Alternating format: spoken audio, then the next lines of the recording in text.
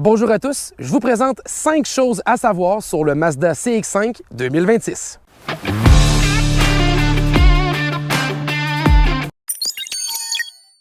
Commençons par parler de l'extérieur du véhicule parce que cette troisième génération vous rappellera assurément le modèle sortant. Il se ressemble beaucoup, mais on a tout de même retravaillé certains éléments stylistiques.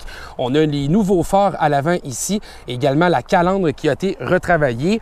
De côté, on essaie maintenant d'intégrer plus adéquatement l'aile du véhicule avec la carrosserie en haut ici.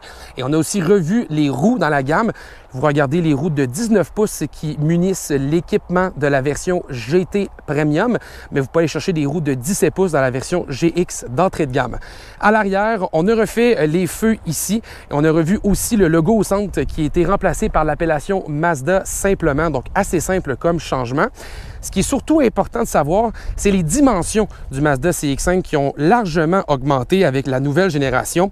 À vrai dire, il est plus haut de 16 mm, il est plus large de 16 mm également, il est plus long de 95 mm et son empattement est maintenant 117 mm plus long.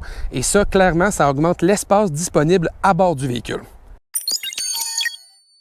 Parlons-en justement de l'espace disponible. La version GT Premium est la seule à être munie d'un système d'ouverture main libre. C'est dommage, j'aurais aimé ça que les autres variantes puissent aussi avoir cette option-là qui est quand même assez populaire dans l'ensemble de la catégorie. Mais bon, on l'a réservé à ce groupe d'options-là. Sinon, la variante GS va avoir un haillon électrique et la variante GX va avoir un haillon manuel. À l'arrière, bien, on gagne de l'espace dans le coffre. On le voit ici, c'est un coffre qui est plus volumineux et c'est quand même assez impressionnant la différence qu'on va avoir. Lorsque les sièges sont relevés comme ça ici, on gagne 83 litres d'espace, mais lorsqu'on rabat le tout, donc avec les molettes qui sont sur le côté ici, on peut rabattre les sièges, on gagne 200 litres d'espace supplémentaire, plus précisément 202 litres d'espace supplémentaire, donc c'est vraiment beaucoup d'espace qu'on a réussi à gagner ici grâce à la nouvelle dimension de ce véhicule-là qui a pris du poids, mais qui est aussi plus gros qu'auparavant. Ce qui est agréable, c'est lorsqu'on ouvre la portière, eh bien on a une portière qui s'ouvre maintenant plus largement, donc c'est plus facile d'embarquer des enfants, par exemple, à bord du véhicule.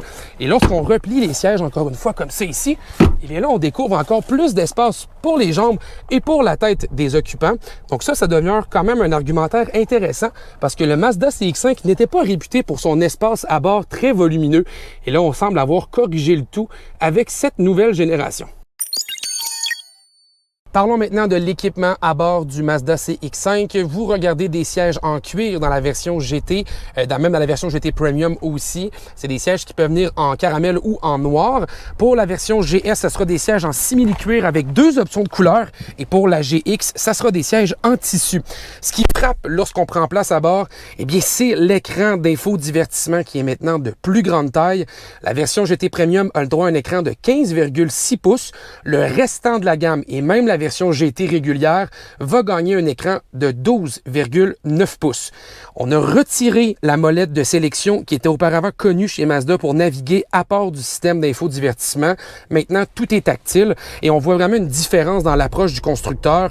On a quand même travaillé pour essayer de rendre le tout encore très fluide, mais surtout rester les yeux sur la route. C'est une marque de commerce de Mazda quand même. Et lorsqu'on regarde certains aménagements qu'on a fait à bord, on a par exemple mis le système de volume de son ici, le plus loin possible du conducteur pour que ce soit le passager qui puisse régler le tout. Et nous, on va prendre l'habitude d'utiliser les boutons ici. Honnêtement, je pense qu'un bouton physique aurait été très agréable pour monter et descendre le volume. Petite note ici là, que je crois que Mazda a peut-être échappé. On a une instrumentation maintenant de 10,25 pouces dans l'ensemble de la gamme, que ce soit le modèle GX au modèle GT. Donc ça, c'est quand même agréable. La seule chose toutefois, c'est qu'il n'est pas très personnalisable. Oui, on a des petits menus ici qu'on peut changer et selon le mode de conduite qu'on va choisir, on va avoir des couleurs qui vont se modifier légèrement, mais c'est vraiment pas très impressionnant en termes de présentation.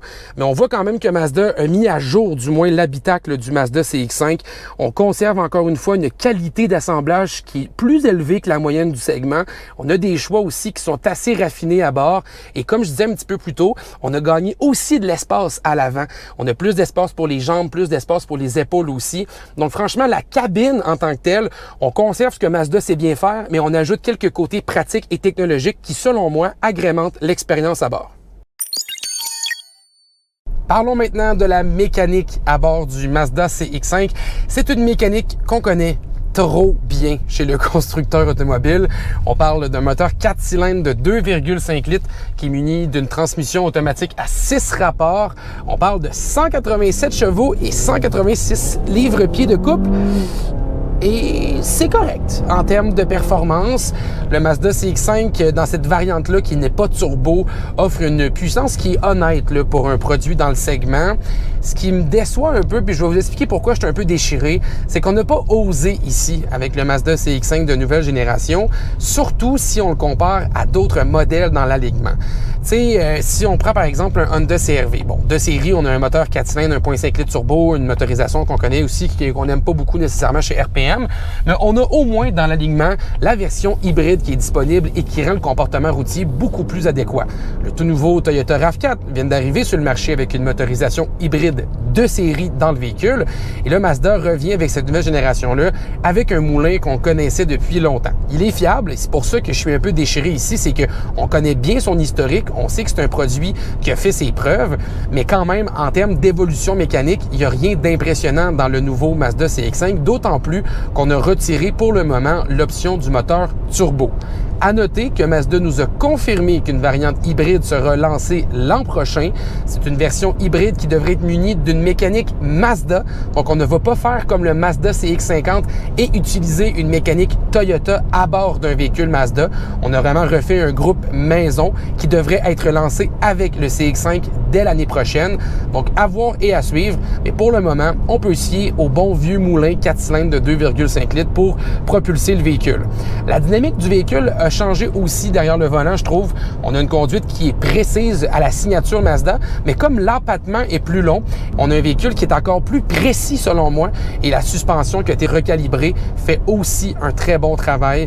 Donc c'est là qu'on voit que le constructeur est capable d'aller chercher ici et là sa signature tout en faisant évoluer tranquillement la plateforme. Autre chose à savoir avec la mécanique du Mazda CX-5, c'est que la capacité de remorquage est diminuée comparativement à l'ancienne mouture. On était à 2000 livres et maintenant on est à 1500 livres.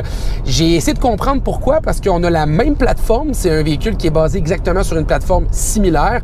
Oui, il est un petit peu plus gros, donc un petit peu plus lourd, mais pas tant que ça quand même. Ce qu'on se rend compte, c'est que, en parlant avec les ingénieurs, c'est que c'est une question de régulation, c'est une question de test que le constructeur a fait, et c'est le constructeur qui a lui-même diminué la capacité de remorquage. Mon petit doigt me dit que c'est pour surtout laisser place au Mazda CX-50. Ce côté-là, remorquage, on veut peut-être pas faire de la cannibalisation au sein de la gamme, mais comme au Canada actuellement, on n'a pas le Mazda CX-50, je trouve ça dommage qu'on ait abaissé cette capacité de remorquage-là. 2000 livres, ça me semblait être tout à fait honnête. 1500 livres, ça commence à être limite, d'autant plus que c'est la seule capacité disponible dans l'ensemble du catalogue. Parlons des prix. Le Mazda CX-5 va commencer aux alentours de 38 000 $ dans la version GX. La version GS, qui est de milieu de gamme, devrait d'ailleurs être celle la plus populaire selon le constructeur, va être aux alentours de 41 000 $. Et la variante GT va être à 44 000 $. Pour avoir accès à la GT Premium comme celle que je me trouve à bord, il faut automatiquement opter pour l'option du toit panoramique à 2 000 $ et aussi ajouter le groupe d'options à 2 500 $, ce qui nous amène une variante comme je mets à l'essai avec l'option de la peinture à l'extérieur aux alentours de 48 000 $. Je trouve que la gamme de prix chez Mazda est plutôt raisonnable, surtout avec l'équipement qu'on a à bord.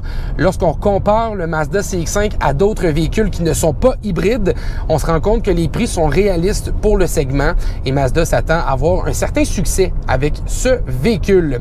Pour tous les détails, eh bien, je vous invite à aller sur le rpmweb.ca. J'ai fait un article pour vous et je vous révèle la cote de consommation que j'ai fait avec le vieux moulin et le nouveau Mazda CX-5. Je vous invite aussi à vous abonner sur nos différentes plateformes. Nous sommes sur YouTube, sur Instagram, sur Facebook. On est un peu partout. Et moi, d'ici ce temps-là, je vous dis à bientôt. Je vais poursuivre mon essai de ce nouveau CX-5.